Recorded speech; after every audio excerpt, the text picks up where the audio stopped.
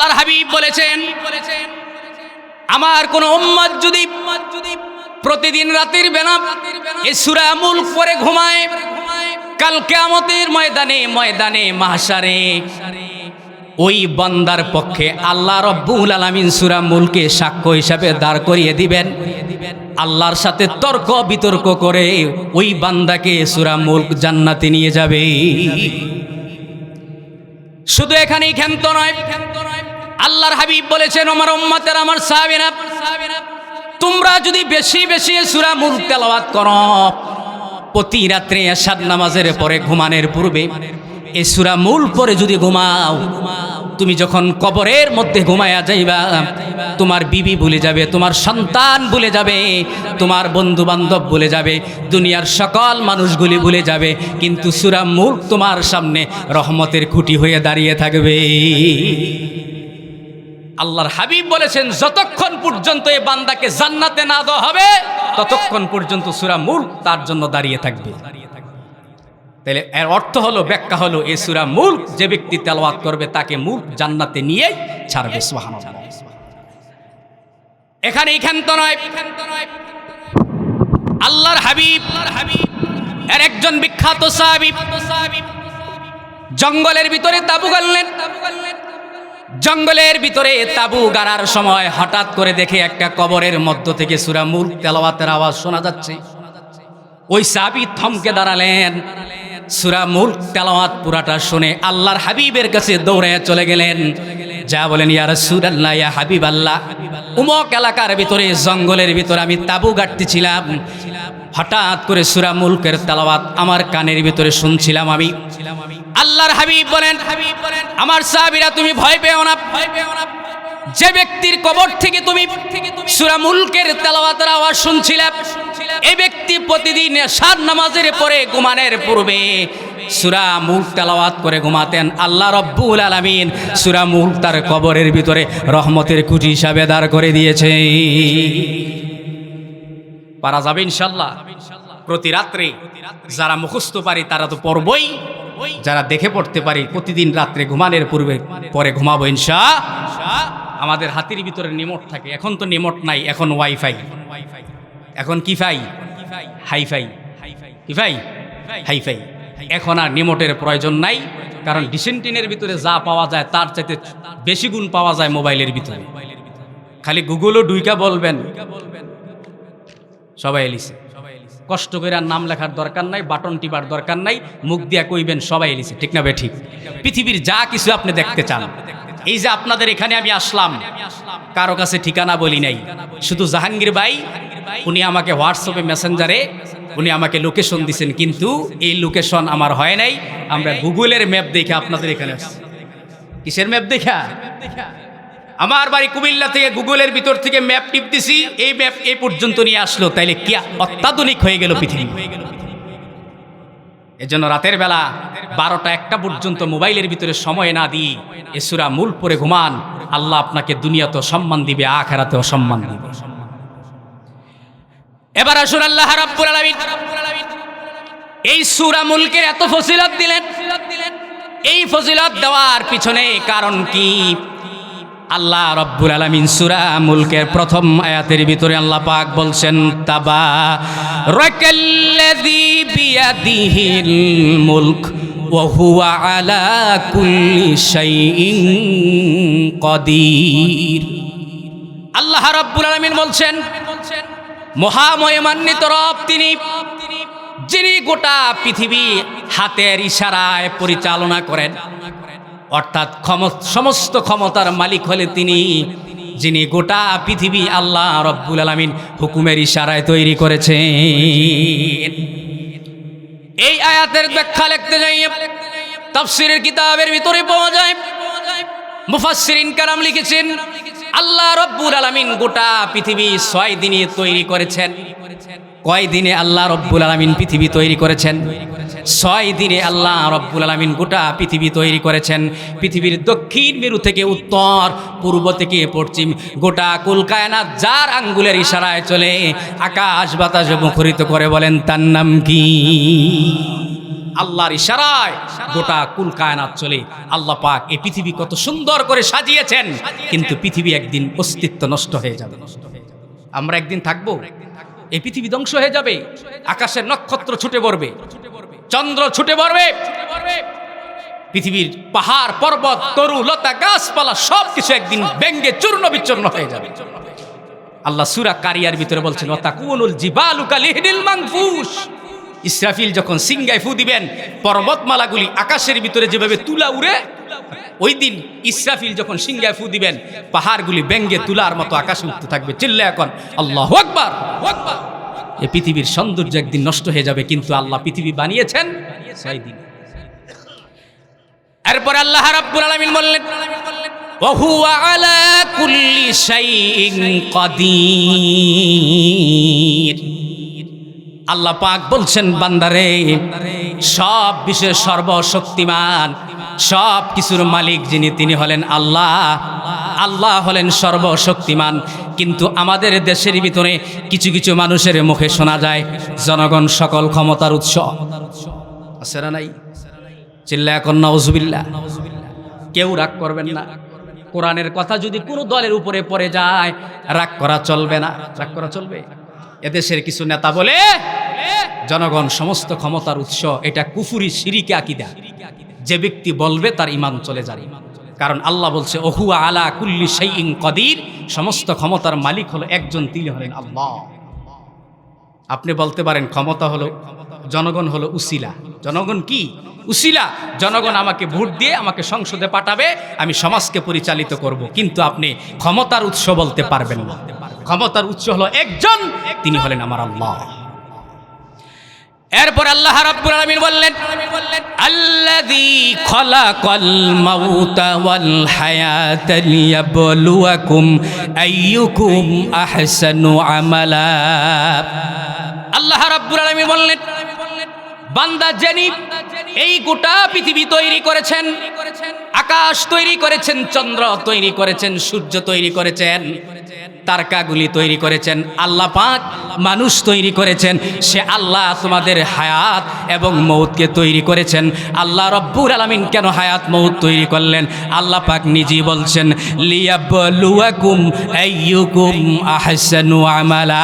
বান্দা তোমাদের ভিতরে উত্তম আমলের দিক দিয়ে কে সেরা সেটা দেখার জন্য আমি আল্লাহ রব্বুল আলামিন তোমাদেরকে পৃথিবীতে প্রেরণ করেছি।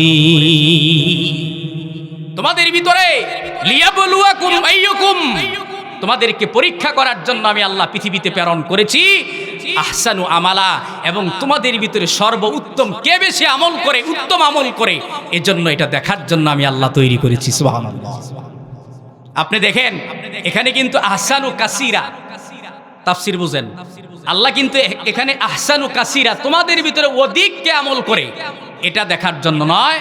আমি আল্লাহ বলছি আহসানু আমালা, উত্তম আমল। কি আমল?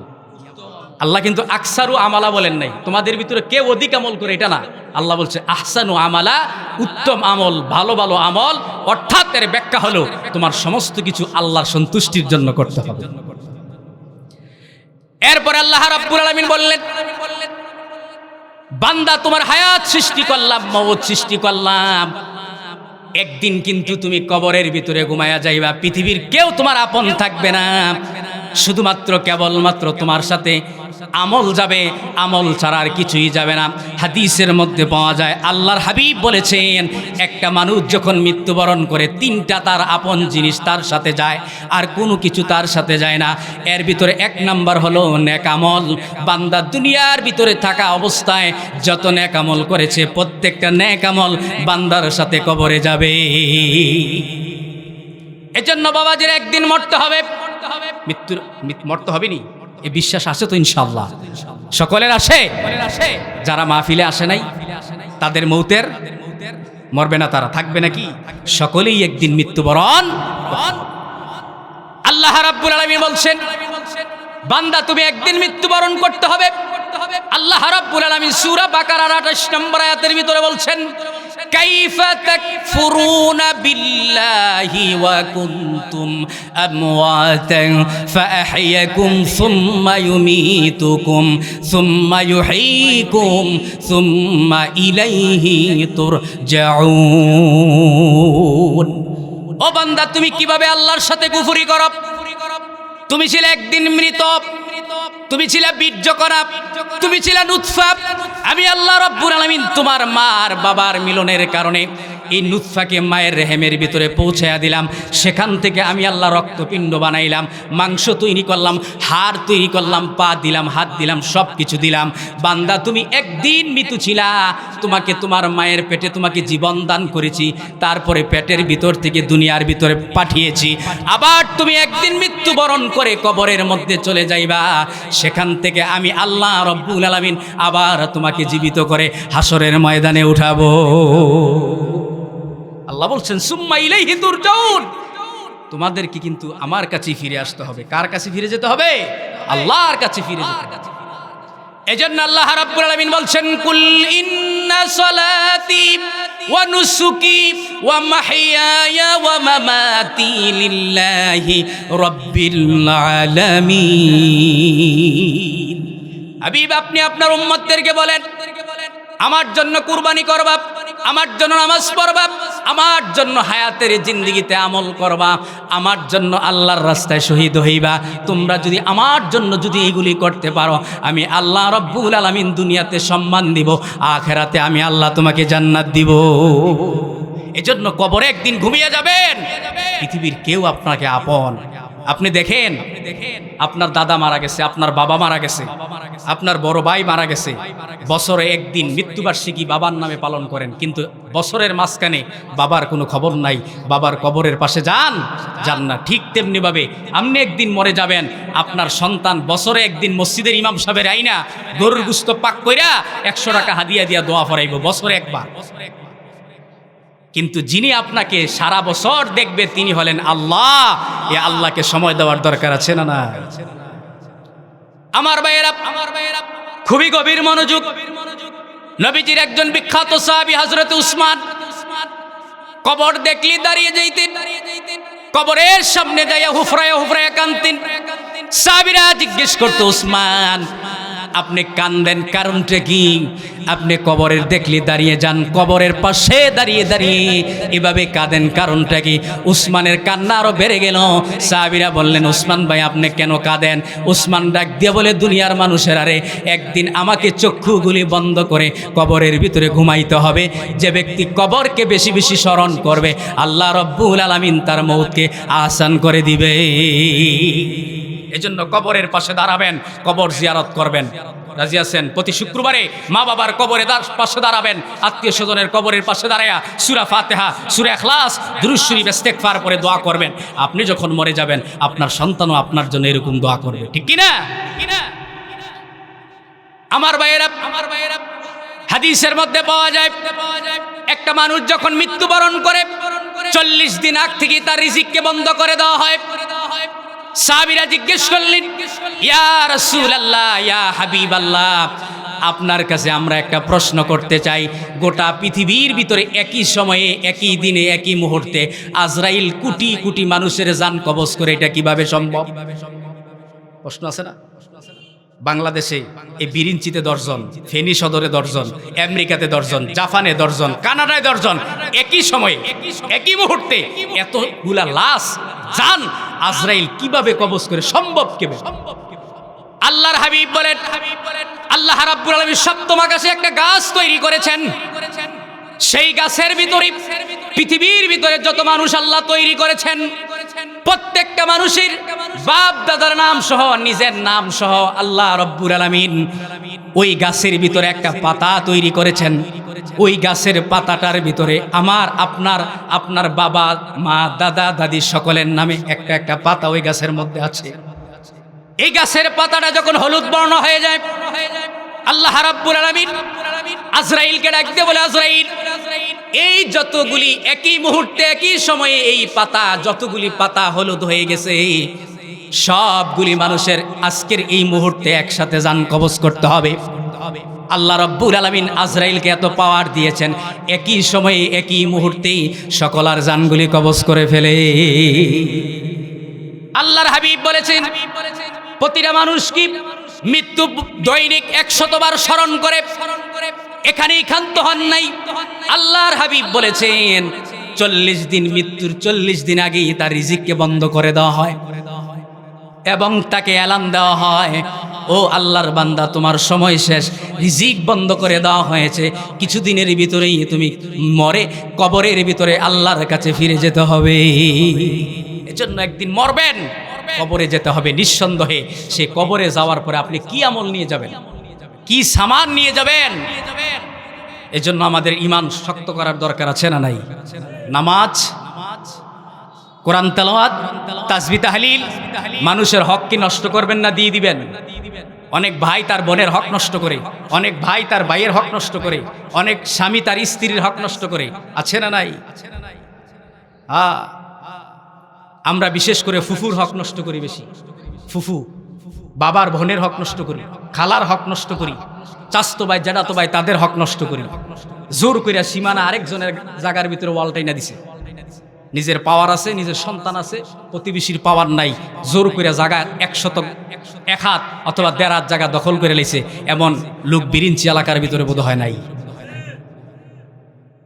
এজন্য হকের ব্যাপারে আমাদেরকে সতর্ক থাকা লাগে। এরপর আল্লাহ রাব্বুল আলামিন বললেন الذي خلق 7 سماوات طباقا ما ترى في خلق الرحمن من تفاوت فارجع البصر هل ترى من فطور। আল্লাহ রাব্বুল আলামিন বললেন যিনি আসমান জমিন বানাইলেন, এই নক্ষত্র বানাইলেন, সূর্য বানাইলেন, মানুষ বানাইলেন, কীট পতঙ্গ বানাইলেন, জীব জানোয়ার বানাইলেন, সে আল্লাহ রব্বুল আলামিন। সুউক্ত সপ্ত আকাশ আল্লাহ রব্বুল আলামিন স্তরে স্তরে 7টা আসমান আল্লাহ তৈরি করেছে। আল্লাহ রব্বুল আলামিন 7টা আসমান তৈরি করেছেন। কয়টা আসমান? 7টা আসমান। হাদিসের মধ্যে পাওয়া যায় একটা আসমান আরেকটা আসমানের সাথে এইভাবে লেগে আছে। কিন্তু আল্লাহর হাবিব বলেছেন, মেরাজ সংক্রান্ত হাদিসগুলির ভিতরে গাঁটলে পাওয়া যায়, আল্লাহর হাবিব বলেছেন এক একটা আসমানের সাথে আরেকটা আসমান 500 বছরের দূরত্ব। কত বছরের দূরত্ব? 500 বছরের দূরত্ব। কিন্তু আল্লাহ রাব্বুল আলামিন কোনো আসমানকে সাজান নাই, শুধুমাত্র প্রথম আসমানকে আল্লাহ চন্দ্র দিয়ে, সূর্য দিয়ে, তারা দিয়ে সাজিয়েছেন। সুবহানাল্লাহ। কোনো আসমানের ভিতরে কিন্তু তারকা নাই, চন্দ্র নাই, সূর্য নাই, শুধুমাত্র প্রথম আসমানকে সাজিয়েছেন। কারণ আল্লাহ রাব্বুল আলামিন প্রথম জমিনের ভিতরে মানুষের বসবাসের উপযোগী করে দিয়েছেন, আর অন্য কোনো জমিনে বা আসমানে মানুষের উপযোগী আল্লাহ দেন নাই, করেন নাই। আল্লাহর হাবিব বলেছেন, আল্লাহ রাব্বুল আলামিন এই আসমান তৈরি করলেন, 7টা আসমান 7 জমিন তৈরি করলেন। কিন্তু উম্মতেরা তোমরা তাকিয়ে দেখো, একটা খুঁটি নাই, একটা পালা নাই। আল্লাহ রাব্বুল আলামিন বিশাল আসমান জমিন কিভাবে ধরে রেখেছেন? সাহাবীরা বললেন, ইয়া রাসূলুল্লাহ কিভাবে ধরে রেখেছেন? আল্লাহর হাবিব বলেছেন, আল্লাহ বলছেন আল্লাহর হুকুম আর ইশারা, আল্লাহর হুকুম আর ইশারার কারণে 7 আসমান 7 জমিন টিকে আছে। কারণ আল্লাহ রাব্বুল আলামিন সূরা রহমানের ভিতরে বলছেন, মারাজাল বাহরাইনি ইয়ালতাকিয়ান বাইনাহুমা বারযাখুল লা ইয়াবগিয়ান। তাকাও সমুদ্রের দিকে, একদিকে লবণাক্ত পানি, আরেক দিকে মিঠা পানি, আছে না নাই? দেখেন আপনি, এদিকে লবণাক্ত, এদিকে মিঠা, কিন্তু মাঝখান দিয়ে কোনো পর্দা নাই, পার্টিশন নাই, কিচ্ছু নাই। কিন্তু একটার সাথে আরেকটা মিশে না। কেন মিশে না? সব হচ্ছে আল্লাহর হুকুম। তুমি মিঠা পানি লবণাক্তর দেশে যেতে পারবে না, লবণাক্ত তুমি মিঠার দেশে ঢুকতে পারবে। এই সমস্ত আসমান, আপনি দেখেন একটা বিল্ডিং বানাইতে গেলে কতগুলি বিম দিতে হয়, আপনাকে কলম দিতে হয়। আপনি একটা টিনের ঘর তৈরি করছেন, কতগুলো সিমেন্টের পালা দিতে হয়। কিন্তু দেখেন আপনি গোটা পৃথিবীর ভিতরে একটা পালাও নাই। বিশাল বড় আসমান কিভাবে আল্লাহ মজবুত করে ধরে রেখেছেন। সুবহানাল্লাহ বলবেন না? এরপর আল্লাহ রাব্বুল আলামিন বললেন, এ বান্দা আমি যে আসমান তৈরি করলাম, জমিন তৈরি করলাম, আসমানের ভিতরে নক্ষত্র তৈরি করেছি, চন্দ্র তৈরি করেছি, সূর্য তৈরি করেছি, বান্দা তুমি তাকাও, একটা খুঁত তুমি দেখতে পাবা না, একটা স্পট তুমি, একটা ফাটা, একটা দাগ তুমি দেখতে পাবা না। এজন্য আল্লাহ রাব্বুল আলামিন বলছে, বান্দারে একবার নয় তুমি বারে বারে আকাশের দিকে তাকাইয়া দেখো, তোমার দৃষ্টি ফিরে আসবে। এজন্য আল্লাহ বলছেন ফারজিউল বাসর, ফারজিউল বাসর, দৃষ্টি বারবার ফিরে আসবে। আবার তুমি তাকাও, হাল তারা মিন ফুতুর, আকাশের ভিতরে কোনো খুঁত দেখতে পাও কিনা? জোরে বলেন সুবহানাল্লাহ। তাকাও আকাশের দিকে, কোনো স্পট নাই, কোনো খুঁত নাই, কোনো দাগ নাই, ফাটা নাই, কাটা চিরা নাই, বাঙ্গা নাই, কিছু নাই। আমি আল্লাহ নিখুঁতভাবে সাত আসমান সাত জমিন ধরে রেখেছি। সুবহানাল্লাহ। এরপর আল্লাহ রাব্বুল আলামিন বললেন, বান্দারে তুমি, আল্লাহ রাব্বুল আলামিন আবার বান্দাদেরকে ডাক দিয়ে বললেন, বান্দারে আবার তুমি আকাশের দিকে তাকাও। আমি আল্লাহ রাব্বুল আলামিন আকাশ কত সুন্দর করে তৈরি করেছি, আকাশের ভিতরে একটা খুঁত নাই। আল্লাহ রাব্বুল আলামিন একই কথা আবার রিপিট করে বলছেন, সুম্মারজিউল বাসার, অতঃপর বান্দা তুমি আবার যদি আকাশের দিকে তাকাও, তোমার দৃষ্টি ফিরে আসবে। একটা মুহূর্তের জন্য সামান্য কিছু তুমি খুঁত দেখতে পাইবা না, ঠিক কিনা? এরপর আল্লাহ রাব্বুল আলামিন বলছেন, সুম্মারজিউল বাসারা কাররাতাইনি ইয়ানকালিব ইলাইকাল বাসারু খাসিয়াও ওয়া হুয়া হাসির। জোরে বলেন আল্লাহু আকবার। আমার ভাইয়েরা, এজন্য আল্লাহ রাব্বুল আলামিন বলছেন, বান্দারে তুমি যদি আকাশের দিকে তাকাও, তুমি বারবার ব্যর্থ হয়ে তোমার দৃষ্টি ফিরে আসবে, কিন্তু আমার সৃষ্টির ভিতরে তুমি কোনো খুঁত দেখতে পাইবা না, কোনো স্পট দেখতে পাইবা না। যিনি এত সুন্দর করে আসমান জমিন তৈরি করলেন, সে আল্লাহরে বিশ্বাস করার দরকার আছে না নাই? তাইলে আল্লাহ রাব্বুল আলামিন বান্দাকে বললেন, বান্দা এত সুন্দর করে আসমান বানাইলাম, কোনো খুঁত কোনো স্পট দেখতে পাইবা না, তাইলে বোঝা গেল আমি আল্লাহর কথার ভিতরে কোনো স্পট নাই, খুঁত নাই। আমি আল্লাহ তোমাকে ওয়াদা করেছি, দুনিয়াতে সম্মান দিব, আখেরাতে তো মৃত্যুর পরে তুমি যদি নেক আমল নিয়ে কবরে যাও, তোমাকে আমি জান্নাত দিব। আপনি বিশ্বাস করেন? পৃথিবীর এমপি মন্ত্রী নেতা কর্মীরা, পৃথিবীর সরকার প্রধান আপনাকে মিথ্যা বাসনা দিবে, মিথ্যা আশা দিবে, মিথ্যা আকাঙ্ক্ষা দিবে, কিন্তু যিনি সত্যি বাসনা আকাঙ্ক্ষা দেয় তিনি হলেন আমার আপনার রব। তিনি ঠকান না, তিনি মানুষের সাথে প্রতারণা করেন না, তিনি মানুষকে পাই টু পাই বুঝিয়ে দিবেন, পাই টু পাই বুঝিয়ে দেন আল্লাহ মানুষকে। যারা আল্লাহকে সুন্দরভাবে ডাকতে পারে, মনোযোগ সহকারে আল্লাহ এই বান্দাকে কি করে না, ফিরায় না। এরপর আল্লাহ রাব্বুল আলামিন বলছেন, বান্দারে সূরা মুলুকের ৫ম নম্বর আয়াতের ভিতরে আল্লাহ রাব্বুল আলামিন বলছেন, ওয়ালাকাদ যায়্যানাস সামাআদ দুনিয়া বিমাসাবিহা ওয়াজআলনাহা রুজুমান লিশ-শায়াতিন ওয়া আ'তাদনা লাহুম আযাবাস সাঈর। আল্লাহ রাব্বুল আলামিন বললেন, এই প্রথম আসমানের ভিতরে আমি কত সংখ্য অগণিত তারকা দিয়ে প্রথম আসমানকে সাজিয়েছি, চন্দ্র দিয়ে সাজিয়েছি, সূর্য দিয়ে সাজিয়েছি। বান্দা, ও বান্দারে, এমন কিছু তারকা আমি আল্লাহ তৈরি করেছি। কিছু তারকা আছে চলাফেরা করে, কিছু তারকা আছে স্টিলভাবে মজবুতভাবে দাঁড়িয়ে থাকে। এ তারকাগুলি আল্লাহ রব্বুল আলামিন কেন তৈরি করেছেন? মুফাসসিরিন কারাম লিখেছেন, আল্লাহ রব্বুল আলামিন 3টা কারণে আকাশের তারকাগুলি তৈরি করেছে। কয় কারণে? কোনোদিন শুনেছেন তারকা কেন আল্লাহ তৈরি করেছেন? শুনেন নাই, শুনবেন তো ইনশাআল্লাহ। আল্লাহর হাবিব বলেছেন, আল্লাহ রাব্বুল আলামিন এই আকাশের তারকাগুলি 3 কারণে তৈরি করেছেন। প্রথম নাম্বার কারণ হলো আল্লাহ রাব্বুল আলামিন আকাশের সৌন্দর্যের জন্য তারকাগুলি তৈরি করেছেন। দ্বিতীয় নাম্বার কারণ হলো আল্লাহ রাব্বুল আলামিন ইবলিস শয়তান সহ শয়তানদেরকে শাস্তি দেওয়ার জন্য আল্লাহ রাব্বুল আলামিন তারকা তৈরি করেছেন। 3 নাম্বার হলো আল্লাহর নিদর্শন স্বরূপ মানুষ দেখে দেখে ঈমান আনবে, আল্লাহর প্রতি বিশ্বাস বাড়াবে, এজন্য আল্লাহ রাব্বুল আলামিন তারকাগুলি তৈরি করেছে। মুফাসসিরিন কেরাম লিখেছেন, আল্লাহ রাব্বুল আলামিন এই তারকার ভিতর থেকে আগুন বের করে দেন। আগুনের ফুলকি বের হয়, আগুনের দুম্বা বের হয়, আগুন বের হয়। এই আগুনগুলি যায় শয়তানের গায়ের উপরে লাগে, শয়তানের শরীরে জ্বালা পড়া শুরু হয়ে যায়। শয়তান আর মানুষকে ধোঁকা দিতে পারে না, দৌড়তে দৌড়তে পালায়। এজন্য মুফাসসিরিন কারাম লিখেছেন, আল্লাহ রাব্বুল আলামিন কিয়ামত পর্যন্ত শয়তানদেরকে শাস্তি দেওয়ার জন্য আকাশের তারকাগুলি তৈরি করেছে। সুবহানাল্লাহ। তাহলে আল্লাহ রাব্বুল আলামিন এই আকাশের তারকাগুলি তৈরি করেছেন আকাশের সৌন্দর্যের জন্য, ঠিক কিনা? একটা সৌন্দর্য না? পূর্ণিমার চাঁদের রাত্রে আকাশের তারকাগুলি যখন ঝলমল করে কত সুন্দর লাগে, ঠিক কিনা? কিন্তু এই আকাশের তারকাগুলি একদিন কি করবে? ছুটে ছুটে জমিনে পড়বে কিয়ামতের পূর্বক্ষণে। এবার আসুন আল্লাহ রাব্বুল আলামিন, আপনারা আমাকে একটা বিষয় দিয়েছিলেন, পর্দা। কিসা? পর্দা। এবার আসুন পর্দার উপরে আমি কিছু কথা বলবেন, শুনবেন তো ইনশাআল্লাহ। পর্দা হলো একটি ফরজ বিধান। কি বিধান? ফরজ বিধান। নামাজ, রোজা, হজ, যাকাত এগুলি যেভাবে ফরজ, পর্দা আল্লাহ রাব্বুল আলামিন মুসলমান নরনারীর জন্য পর্দা ফরজ করে দিয়েছেন। পর্দা শুধু নারীদের জন্য ফরজ এমনটা নয়, পর্দা পুরুষের জন্য ফরজ।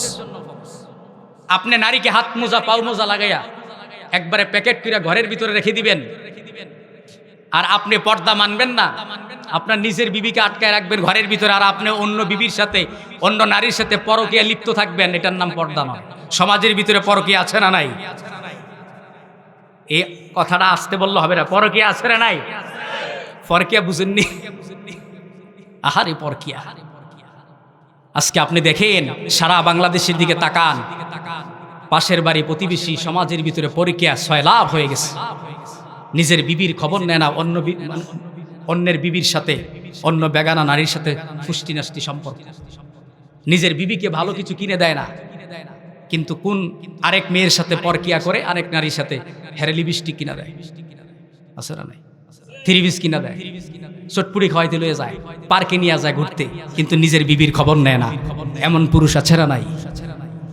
অথচ আল্লাহর হাবিব বলেছেন, পরকীয়া যারা করবে কাল কিয়ামতের ময়দানে লজ্জাস্থানকে কেটে ফেলা হবে, তাদের জিহ্বাকে চিরে ফেলা হবে। যারা পরকীয়া করবে, যারা পরকীয়া করবে, দুনিয়াতে কয়েকটা শাস্তি। আল্লাহর হাবিব বলেছেন তার চেহারার উজ্জ্বলতা নষ্ট হয়ে যাবে, চেহারা বানরের মতো, কুকুরের মতো হয়ে যাবে, তার চেহারার ভিতরে মায়া থাকবে না। যারা পরকীয়া করে, তার কামাইয়ের ভিতরে বরকত থাকবে না, তার ঘরের ভিতরে কোনোদিন রিজিকের অভাব দূর হবে না, রোগ বালাই কোনোদিন দূর হবে না। যারা পরকীয়া করবে, আল্লাহ লানত বর্ষিত হয় যারা পরকীয়া। এজন্য নিজের বিবিকে নিয়ে সন্তুষ্ট থাকুন, আল্লাহ নিয়ামত দিবেন। এটাতে আল্লাহ নিয়ামত দিবেন। তাহলে পর্দা হলো ইসলামের শরীয়তে ফরজে আইন, বিধান। এটা মুসলমান নরনারীর জন্য যিনি ফরজ করে দিয়েছেন তিনি কে? তাফসীরের কিতাবের ভিতরে পাওয়া যায়, মুফাসসিরিন কেরাম লিখেছেন আল্লাহ রাব্বুল আলামিন এই পর্দার বিধান কখন ফরজ করে দিয়েছেন। তাফসীর ইবনে কাসিরের ভিতরে পাওয়া যায় ৩য় হিজরিতে অথবা ৫ম হিজরিতে আল্লাহ রাব্বুল আলামিন পর্দাকে ফরজ করে দিয়েছেন। কিন্তু অধিকাংশ মুফাসসিরিন কেরাম লিখেছেন আল্লাহ রাব্বুল আলামিন ৫ম হিজরিতে পর্দার বিধান করে দিয়েছেন, পর্দা ফরজ করে দিয়েছেন। এর আগে পর্দার ফরজ ছিল না, বিধান ছিল না। কারণ মুফাসসিরিন কেরাম লিখেছেন আল্লাহর হাবিবের স্ত্রী জয়নাব বিনতে জাহশের বিয়ের সময় আল্লাহ রাব্বুল আলামিন সূরা আহজাবের প্রথম পর্দার আয়াত আল্লাহ রাব্বুল আলামিন নাজিল করে দিয়েছে। রাসূলুল্লাহর স্ত্রী জয়নাব বিনতে জাহশের বিয়ে হয়েছিল ৫ম হিজরিতে। তখন আল্লাহ রাব্বুল আলামিন সূরা আহজাবের ৩২ নম্বর ৩৩ নম্বর আয়াতগুলি সর্বপ্রথম পর্দার বিধান হিসেবে আল্লাহ নাজিল করেছেন। সুবহানাল্লাহ। এবার আসুন আল্লাহ রাব্বুল আলামিন বললেন, ইয়া নিসাআন নবী লাস্তুন্না কাআহাদিম মিনান নিসা ইন ইত্তাকাইতুন্না ফালা তাখদা'না বিল কওলি ফায়াতমা'আল্লাযী ফি কলবিহি মারাদুন ওয়া কুলনা কওলাম মা'রুফা। আল্লাহ রাব্বুল আলামিন সমস্ত নবীর স্ত্রীদেরকে, সমস্ত স্ত্রীদেরকে ডেকে ডেকে বললেন, ও নবীর স্ত্রীরা, তোমরা ঘরের ভিতরে অবস্থান করো, তোমরা পর্দা করো, তোমরা আল্লাহকে ভয় করো। আল্লাহ রাব্বুল আলামিন তোমাদেরকে ঘরে থাকার জন্য নির্দেশ দিয়েছেন, তোমরা বাহিরে বেপর্দা অবস্থায় বের হইও না, কারণ আল্লাহকে তোমরা ভয় করো, কারণ তোমরা হলো নবীর স্ত্রী। এই আয়াতের ব্যাখ্যা লিখতে যাইয়া মুফাসসিরিন কেরাম লিখেছেন আল্লাহ রাব্বুল আলামিন নবীর স্ত্রীদেরকে কেন বললেন? নবীর স্ত্রীদেরকে বলে আল্লাহ রাব্বুল আলামিন পৃথিবীর সমস্ত মুসলিম নারীদেরকে বলছেন। যে নবীর নারীরা, নবীর স্ত্রীরা তোমরা পর্দা করো। নবীর স্ত্রীদেরকে বলে আল্লাহ রাব্বুল আলামিন গোটা পৃথিবীর সমস্ত মুসলিম নারীদেরকে পর্দার কথা বলে দিলেন। এরপর আল্লাহ রাব্বুল আলামিন বললেন, ও নবীর স্ত্রীরা, পরপুরুষ পাইলেই রসের আলাপ করা যাবে না। আছে না নাই? পরপুরুষ পাইলে নিজের স্বামীর সাথে ভালো করে কথা কয় না, কিন্তু দেবরের লগে ফুষ্টি নষ্ট, দেবরের লগে কত সুন্দর রং লইয়া কথা কয়, কত হাসি খুশি কথা কয়, কিন্তু স্বামীর সাথে ভালো ব্যবহার করে না, স্বামীরে তুই তাই করে কয়, তুই তুই। আছে না নাই? আল্লাহ রাব্বুল আলামিন বললেন, পরপুরুষের সাথে রসের আলাপ করা যাবে না, তোমার কণ্ঠকে উঁচু করে কথা বলা যাবে না। যদি প্রয়োজন, যদি কথাই যদি বলতে হয়, আল্লাহ রাব্বুল আলামিন বলছেন ওয়া কুলনা কাওলাম মারুফা, ন্যায়সঙ্গত একবারে সীমিত কথা বলেই সেখান থেকে তোমরা সরে আসবে। এই বিধান যিনি দিয়েছেন তিনি কে? আল্লাহ বলছেন এ নবীর স্ত্রীরা, পরপুরুষের সাথে রসের আলাপ করা যাবে না, ফ্রিভাবে কথা বলা যাবে না, প্রয়োজনের বাহিরে কথা বলা যাবে না। তোমার ঘরের ভিতরে যদি উপযুক্ত পুরুষ না থাকে, খেয়াল করবেন পর্দার কথা, উপযুক্ত পুরুষ যদি না থাকে, স্বামী যদি তোমার বিদেশ থাকে অথবা চাকরিতে থাকে, বাড়িতে কেউ নাই তোমার হাট বাজার করে দেওয়ার জন্য, ব্যাংকের থেকে টাকা তুলে এনে দেওয়ার জন্য, তোমার সংসারের কাজ করার জন্য, ওই মুহূর্তে যদি তোমার পুরুষের কোনো সহযোগিতা লাগে, কওলাম মারুফা, একবারে সীমিত কাজের যেটা জরুরি কথা সেটা বলে সেখান থেকে চলে আসবা, তার সাথে কথা বলা যাবে না। কিন্তু অনেক সময় দেখা যায় স্বামী বাড়িতে নাই, একই সাথে এখানে ভাবি, এখানে দেবর, একসাথে একই বিছানায় কথা বলতেছে বসে, আছে না নাই? এটা আমানতের খেয়ানত, এটা আল্লাহর কাছে জবাবদিহি করতে হবে। মা বোনদেরকে বলছি, মা বোনেরা, আপনার স্বামীর অনুপস্থিতিতে এমন কোনো কাজ করা যাবে না যাতে আমানতের খেয়ানত হয়। এটা আল্লাহ আপনার কাছে আমানত দিয়েছেন। আল্লাহর হাবিব বলেছেন, আমরা মা বোনেরা দেবরের সাথে কি সম্পর্ক, মধুর সম্পর্ক, অথচ আল্লাহর হাবিব বলেছেন দেবর হলো মৃত্যুর ন্যায়। মৃত্যু যখন মানুষের চলে আসে, মরে যেতে হয়, এজন্য আল্লাহর হাবিব বলেছেন দেবর হলো মৃত্যুর ন্যায়। তার মানে হলো, ব্যাখ্যা হলো, যেই কোনো মুহূর্তে দেবরের সাথে খারাপ কাজ করার সম্ভাবনা আছে না নাই? হাদিসের মধ্যে পাওয়া যায়, আল্লাহর হাবিব একদিন, খেয়াল করবেন, আল্লাহর হাবিব একদিন ঘরের ভিতরে প্রবেশ করলেন। প্রবেশ করার পরে দেখে আল্লাহর হাবিবের স্ত্রী হযরতে আয়েশা আর আবু বকর দরজার সামনে দাঁড়ায় কথা বলছেন। আল্লাহর হাবিব হযরতে আয়েশাকে বললেন, আয়েশা রে, তুমি আন্দর মহলে চলে যাও, ঘরের ভিতরে চলে যাও, এখানে দাঁড়িয়ে থাকার তোমার কোনো সুযোগ নাই। আল্লাহর হাবিব কিছুক্ষণ পরে ঘরের ভিতরে ঢুকলেন, আবু বকর চলে গেলেন। হযরত আয়েশা বললেন, ইয়া রাসূলুল্লাহ, ইয়া হাবিবাল্লাহ, বুঝলাম না কেন আমাকে দমক দিলেন? আমি তো আমার বাবার সাথে বিবাহ বসা হারাম, আমার জন্মদাতা পিতার সাথে আমি কথা বলছি, আপনি কেন আমাকে দূরে সরে যেতে বললেন? কারণটা কি?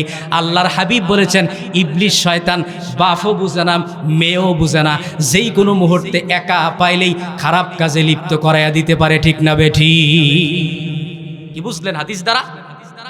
শয়তান এমন এক খারাপ জিনিসের নাম, শয়তান বাপও বুঝে না, মেয়েও বুঝে না, যেই কোনো মুহূর্তে দুইজনের মনের ভিতরে আকর্ষণ লাগার সম্ভাবনা আছে না নাই? কেননা আল্লাহর হাবিব বলেছেন, পৃথিবীর ভিতরে আল্লাহ রাব্বুল আলামিন পুরুষের জন্যে যতগুলি নিয়ামত আল্লাহ রাব্বুল আলামিন একজন পুরুষের জন্য দান করেছেন, তার ভিতরে উত্তম সর্বশ্রেষ্ঠ আকর্ষণীয় নিয়ামতের নাম হলো একজন নারী। একজন নারীকে আল্লাহ রাব্বুল আলামিন পৃথিবীর পুরুষের জন্য নিয়ামত স্বরূপ বানিয়ে দিয়েছে। তাহলে পৃথিবীতে সবচেয়ে আকর্ষণীয় বস্তুর নাম কি? নারী। সে নারীকে আল্লাহ বলছেন, তোমরা পর্দার ভিতরে থাকো।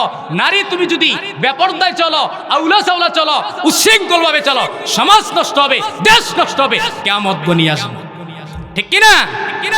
আপনি হাটে যান, বাজারে যান, মার্কেটে যান, ব্যাংকে যান, সব জায়গায় শুধু নারী আর নারী, নারী আর নারী, আছে না নাই?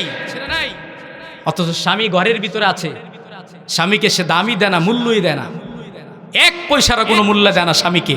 নিজে সব কিছু মার্কেট টার্কেট, বাজার টাজার সব কিছু তিনি করেন, সরকারের সংসারের সর্দার, এমন আছে না নাই? কিন্তু নারীকে আল্লাহ রাব্বুল আলামিন একবারে ঘরে বন্দি থাকতে হবে এটাও বলেন নাই, প্রয়োজনে সে বাহিরে যেতে পারবে। বর্তমানে বাংলাদেশের ভিতরে বেগম রোকেয়াকে নারীদের আইডল মনে করে, আদর্শ মনে করে। বেগম রোকেয়ার নাম শুনছেন না? বেগম রোকেয়া, বেগম রোকেয়া সে তো নাস্তিক ছিল, সে তো ইসলাম বিদ্বেষী ছিল, সে নারীদের পক্ষে কবিতা লিখেছে, গল্প লিখেছে। আসলে বিতর্ক তো সে নারী বিদ্বেষী ছিল। নারীদেরকে নাস্তায় নামানোর মূল কারণ হলো বেগম রোকেয়ার মতো মহিলারা, ঠিক কিনা বলে? আপনারা আয়েশাকে ফলো করেন, আবু বকরের স্ত্রী খাদিজাকে ফলো করেন, আল্লাহর রাসূলের স্ত্রী হাফসাকে ফলো করেন, উম্মে সালমাকে ফলো করেন, উম্মে হাবিবাকে ফলো করেন, উম্মে কুলসুমকে ফলো করেন, উম্মে জয়নবকে ফলো করেন। আল্লাহর হাবিবের 11 জন স্ত্রী, তাদের জীবনী পড়েন, তাদেরকে ফলো করেন। আপনার জীবন যিনি বদলায় দিবেন তিনি কে? আমরা বেগম রোকেয়াকে ফলো করি। আজকে নারীরা বলে আমাদেরকে ইসলাম অধিকার দেয় নাই। আমি তো বলি নারীদেরকে সবচেয়ে বেশি ইসলাম অধিকার দিয়েছে। আপনি বাজারের ভিতরে একটা সাবান কিনতে যান, নারীর ছবি। একটা পাউডার কিনতে যান, নারীর ছবি আছে না নাই? একটা স্নু কিনতে যান, না মহিলার ছবি। আপনি বাজারে যতগুলি প্রোডাক্ট আছে, আপনি যান মুদি দোকানে, 4 ভাগের 3 ভাগ পণ্যের ভিতরে নারীর ছবি। নারী তুমি কি বুঝলা? বুঝো, বলো কি বুঝলা? তারা বুঝাইতে চায় নারী সাবানের দাম আছে, তোমার দাম নাই। বুঝেন নাই কথা? আমার কথা বুঝছেন? কারণ তোমার চেহারা দেখাইয়া বিশ্বের মানুষ সাবান বিক্রি করতেছে, তোমার চেহারা দেখাইয়া সুরু বিক্রি করতেছে, তোমার চেহারা দেখাইয়া পাউডার বিক্রি করতেছে। বুঝা গেল নারী তোমার দাম নাই, কিন্তু সাবানের দাম আছে। বিশ্বের সমস্ত লাল চামড়াগুলি, আমেরিকার, ভারতের দালালগুলি নারীদেরকে বেপরদা রাস্তা নামাইয়া নারীদের হক আদায় করা নয়, নারীদেরকে জুলুম করছে। এরা ইসলাম নারীদেরকে অধিকার দিয়েছে শতভাগ, ঠিক কিনা বলে?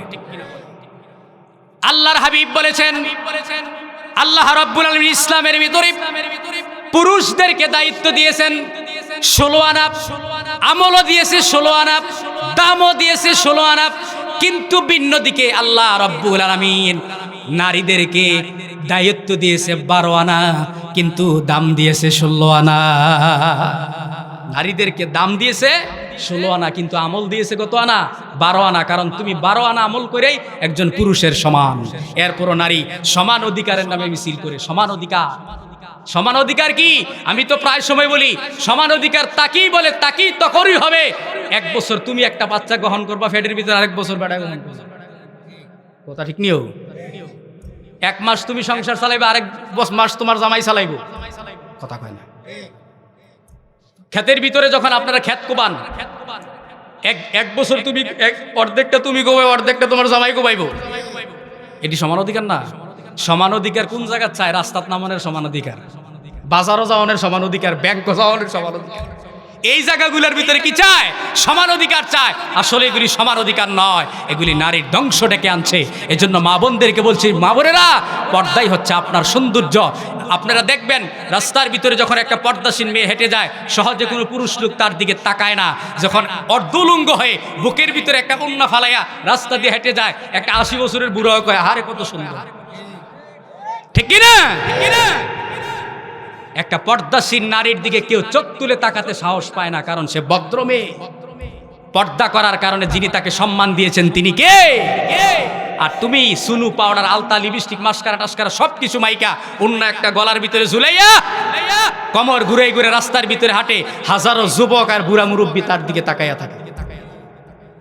এটা তোমার সম্মান নয়। তোমার সম্মান হইল কিভাবে? তোমার দিকে তো হাজার হাজার পুরুষ তাকাই রইছে। বুঝেন নাই কথা? তোমাকে টিটকারি করছে, মজা মারতেছে, মজা। এজন্য নারীদেরকে বলছি, নারীরা, মা বোনেরা, পর্দায় থাকুন। পর্দা হলো আপনাদের জন্য সম্মান। আল্লাহ আপনাদেরকে সম্মান দিয়েছে। আমার ভাইয়েরা, সাহাবীরা বললেন, ইয়া রাসূলুল্লাহ, হাবিবাল্লাহ, নারীর পর্দার সতর কতটুকু আমাদেরকে যদি বলে দিতেন। আল্লাহর হাবিব বলেছেন, নারীর মাথার চুলটাও পর্দার অন্তর্ভুক্ত, নারীর হাতের আঙ্গুলটাও পর্দার অন্তর্ভুক্ত, নারীর চোখের পাতায় যে আল্লাহ বুরু দিয়েছেন এই বুরুটাও পর্দার অন্তর্ভুক্ত, নারী যে গায়ের ভিতরে 3 পিস পিনছে, ওন্না পিনছে, এটাও পর্দার অন্তর্ভুক্ত। এজন্য বাবাজিরা আমার, বর্তমান সময়ে লক্ষ্য করলে দেখা যায় নারীদের পর্দার হলো শুটিং শাটিং।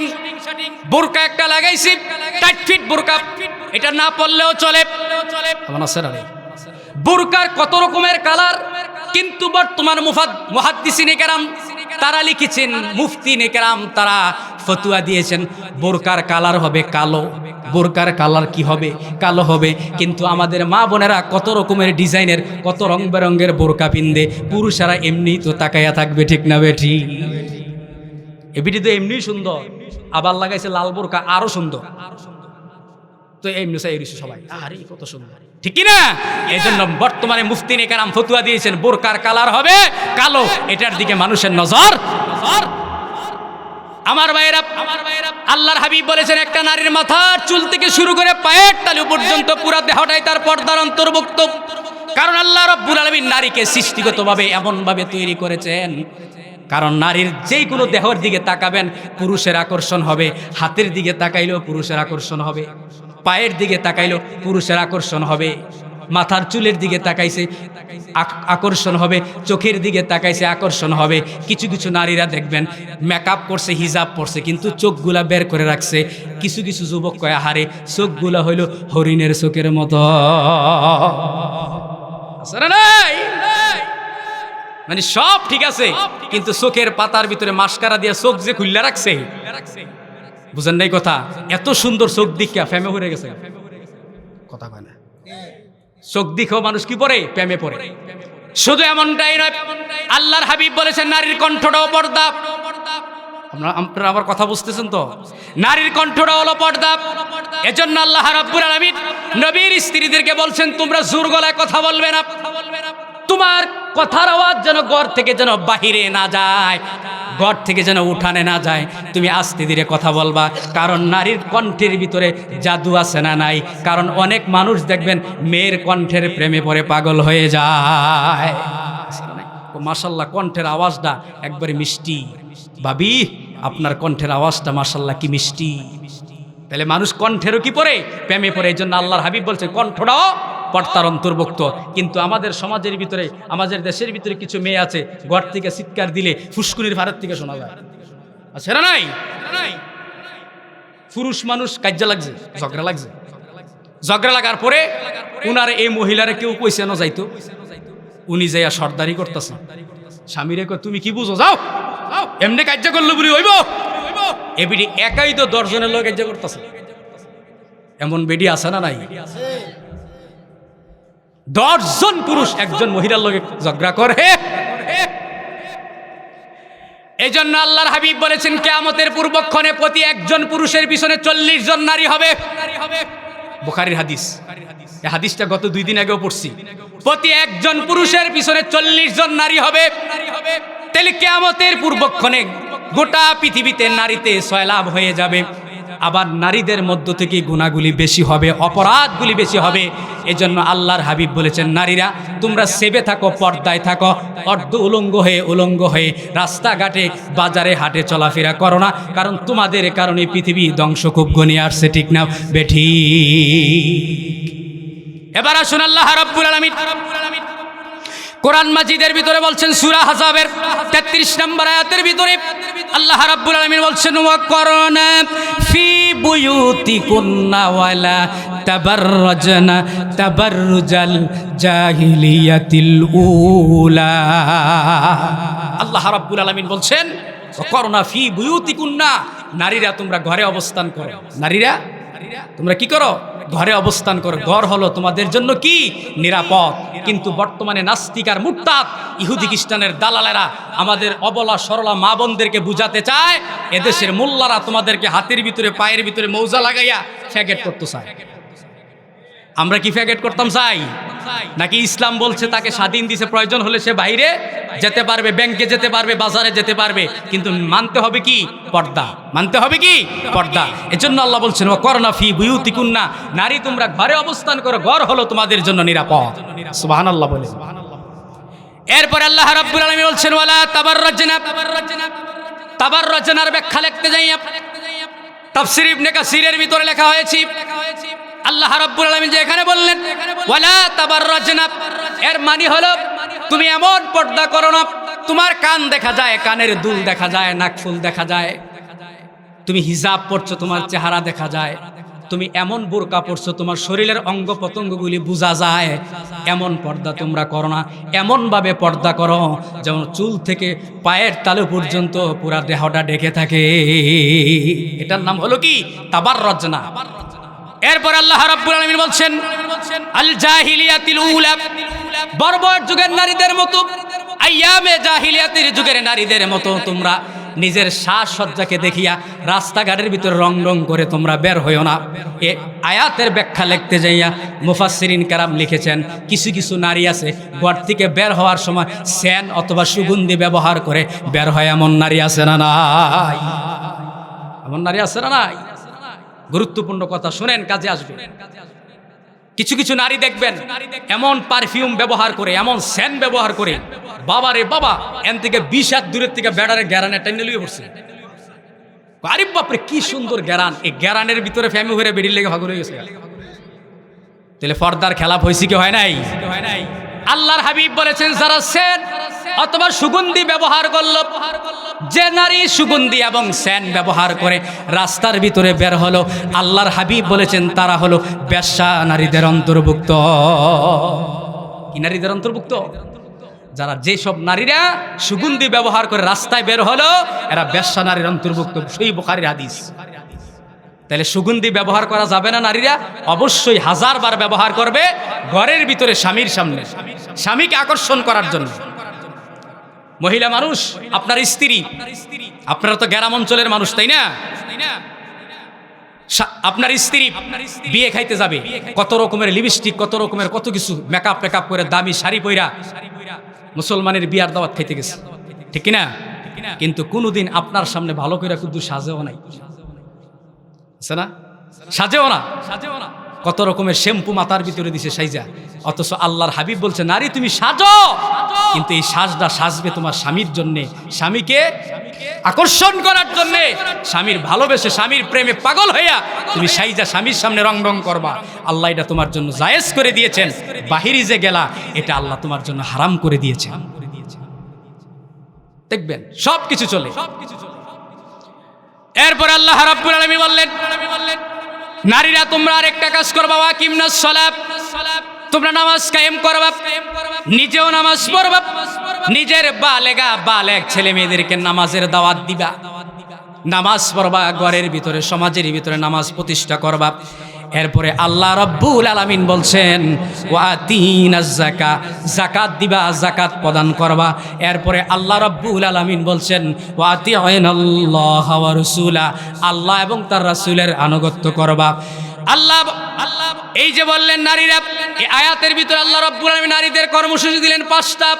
এর ভিতরে একটা হলো নারী তুমি ঘরের ভিতরে থাকবা, পর্দা করে চলবা, নামাজ পড়বা, যাকাত দিবা, আল্লাহ রাসূলের আনুগত্য করবা। হাদিসের মধ্যে পাওয়া যায় আল্লাহর হাবিব বলেছেন কোন নারী যদি 4টা আমল করে এই নারী বিনা হিসাবে আল্লাহর জান্নাতের ভিতরে প্রবেশ করবে। সাহাবীরা বললেন ইয়া রাসূলুল্লাহ কোন 4টা আমল? 1 নম্বর হলো স্বামীর খেদমত করবে, 2 নম্বর পর্দা করবে, 3 নম্বর রোজা রাখবে, 4 নম্বর নামাজ পড়বে। এই 4টা আমল যদি কোনো নারী করতে পারে আল্লাহ রাব্বুল আলামিন ওই নারীকে বিনা হিসাবে জান্নাত দিবে। 1 নম্বর হলো স্বামীর খেদমত করা। কি করা? স্বামীর খেদমত করা।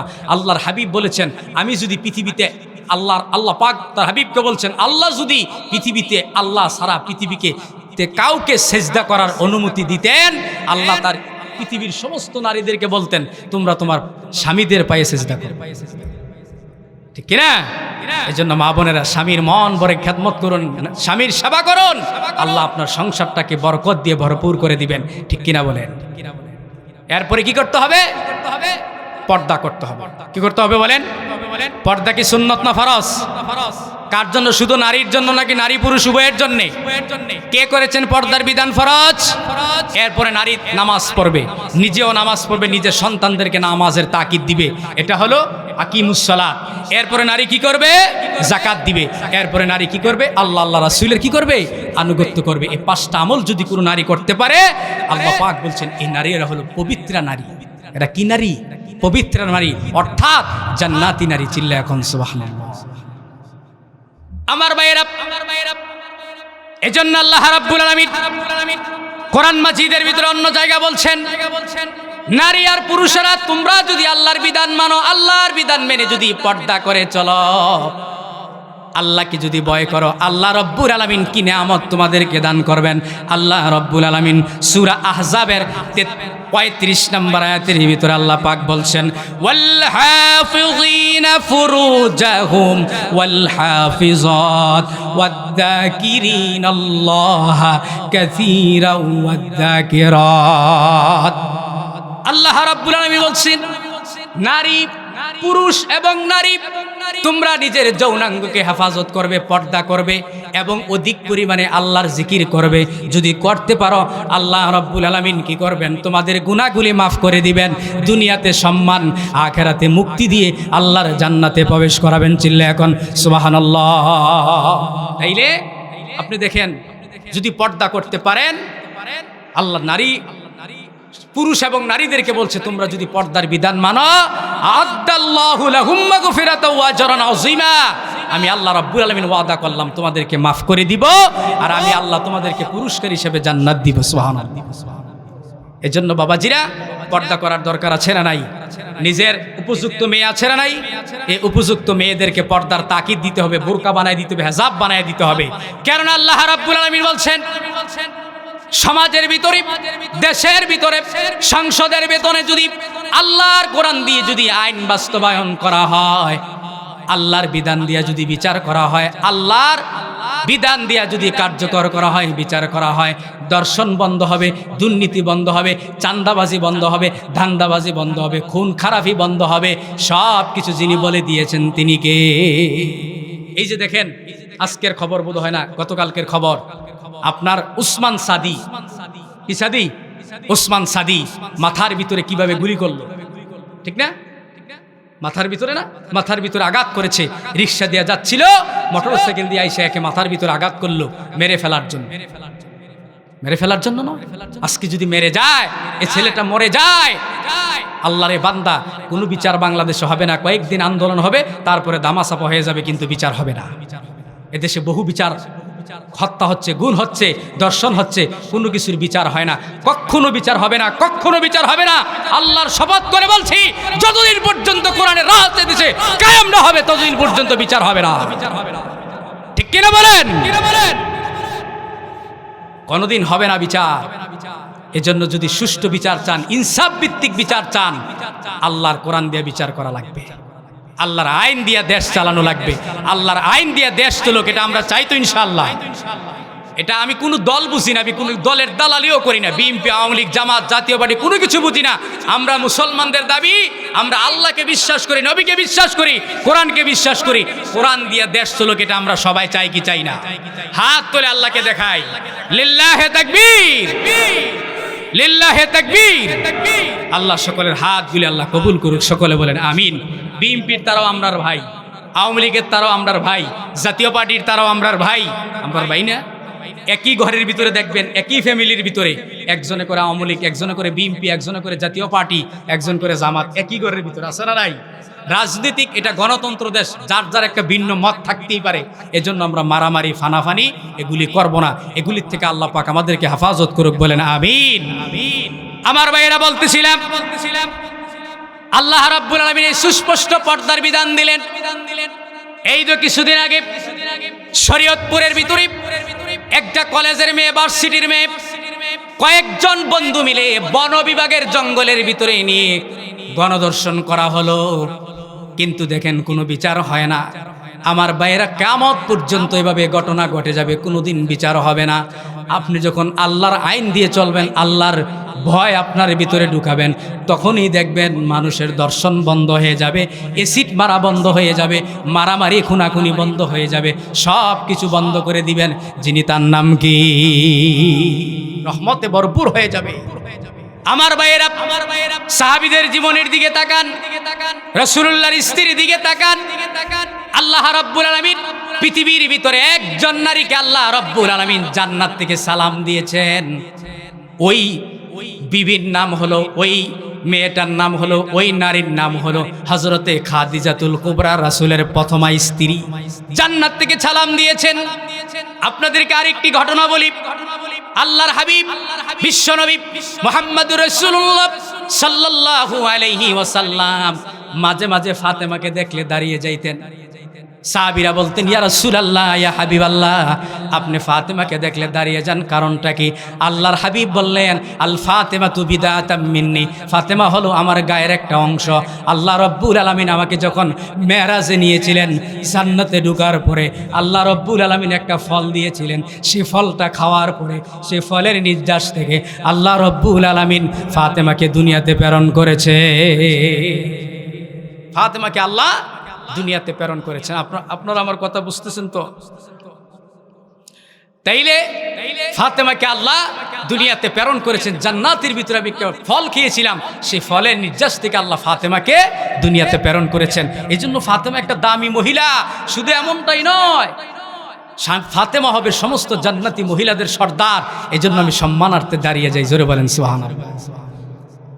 আল্লাহ রাব্বুল আলামিন আল্লাহর হাবিবকে বললেন, ইয়া রাসূলুল্লাহ, আপনার বিবি খাদিজাতুল কুবরাকে আমি সালাম দিলাম, আর নাম দিয়ে দিলাম তাহেরা, পবিত্র নারী। কারণ আপনার স্ত্রী খাদিজাতুল কুবরা একজন পবিত্র নারী, আমানতের কোনোদিন খেয়ানত করে নাই। এজন্য আমি আল্লাহ রাব্বুল আলামিন আমার নিজের পক্ষ থেকে উপাধি দিয়ে দিলাম তাহেরা। চিল্লা এখন সুবহানাল্লাহ, লিল্লাহি তাকবীর। আর জোরে বলেন লিল্লাহি তাকবীর। প্রধান বক্তার আগমন। আওয়াজ নাই, কি নাই? আওয়াজ নাই। আমরা না প্রতিদিন মাহফিল করি, আল্লাহকে সাজ নাই, আপনারও কি সাজ নাই? কথা কয় না, জোরে কোন লিল্লাহি তাকবীর। মাওলানা নিজামুদ্দিন আনসারী সাহেবের আগমন। আমার ভাই চলে এসেছেন, আর বিশেষ করে আমারও কণ্ঠ বসে গেছে। আর শাস্তে গুলায় না, বড় ভাইকে বসায় রেখে কথা বলাটা একটা বেয়াদবি হয়ে যায়। ভাইজান এসেছেন, দোয়া করবেন ইনশাল্লাহ। আপনারা আখিরে মুনাজাত ধরে যাবেন আর আমার জন্য দোয়া করবেন। আমি আর আলোচনা দীর্ঘায়িত করতে চাই না। আগামীকাল ময়মনসিংহ মাহফিল, অনেক দূরের সফর, যাইতে হবে, আর গলা কুলায় না। সকলেই দোয়া করবেন। আপনাদের এলাকার কৃতি সন্তান জাহাঙ্গীর ভাই, জাহাঙ্গীর ভাই কোথায়?